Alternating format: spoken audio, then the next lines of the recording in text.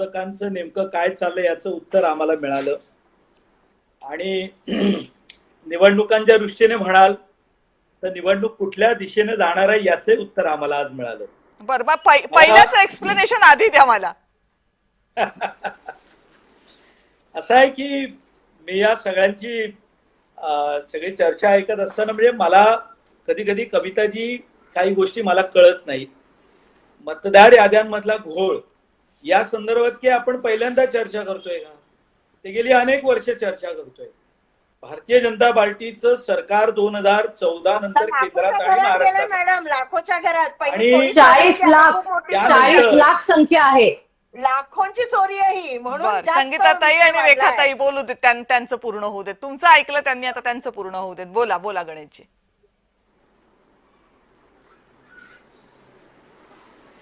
त्यामुळे हा विषय काय आज पहिल्यांदा आपण चर्चा करतो अशातला काही भाग नाहीये.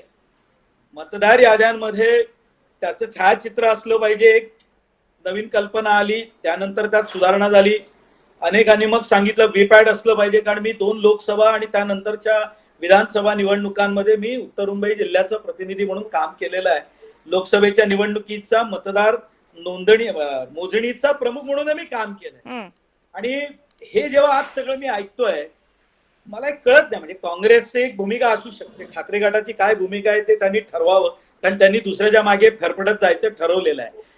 आम्ही ज्या वेळेला हा विषय वारंवार मांडला आणि बिहारमध्ये सुरुवात केली, मग त्या विषयावर काँग्रेसने आंदोलन का केलं? आम्ही काय चुकीचं करत होतो? दुसरी बाब, जर या मतदार याद्यांमध्ये गोंधळ असेल तर आपण एक पूर्वी मागणी केली होती की माझं मत कुठे जातं हे मला कळावं, म्हणून व्हीपॅटचा वापर झाला पाहिजे. आणि आता तो प्रत्येक निवडणुकीमध्ये होतोय. आपण कोणाला मत दिलंय हे तुम्हाला ज्या क्षणी तुम्ही मतदान करता त्याची स्लिप खाली पडते, त्यावेळेला तुम्हाला कळतं की नेमकं मत तुम्ही कोणाला दिलंय. दुसरी बाब कविताजी, मतदार याद्यातला घोळ म्हणजे आता पूर्वीच्या संदर्भामध्ये व्हीपॅटच्या बाबतीत बोलणं झालं.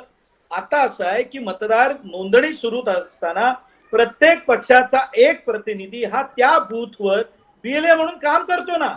आणि दुसरी बाब की ही सर्व यादी ही प्रत्येक पक्षाला जो नोंदणीकृत पक्ष आहे निवडणूक आयोगाकडे त्याला दिली जाते ना. निवडणूक सुरू व्हायच्या अगोदर दिली जाते. म्हणजे आता सुद्धा येईल तेही तुम्हाला सांगतो. एक मोहीम निवडणूक सुरू व्हायच्या अगोदर सुरू होती की तुम्ही नाव नोंदवा, त्याही वेळेला होते. आणि या संदर्भामध्ये निवडणूक आयोग अंतिम यादी प्रकाशित करण्यापूर्वी सगळ्यांचे ऑब्जेक्शन आणि सजेशन्स असतात ते मागवून घेतं. आणि ही निवडणुकीची प्रक्रिया आहे,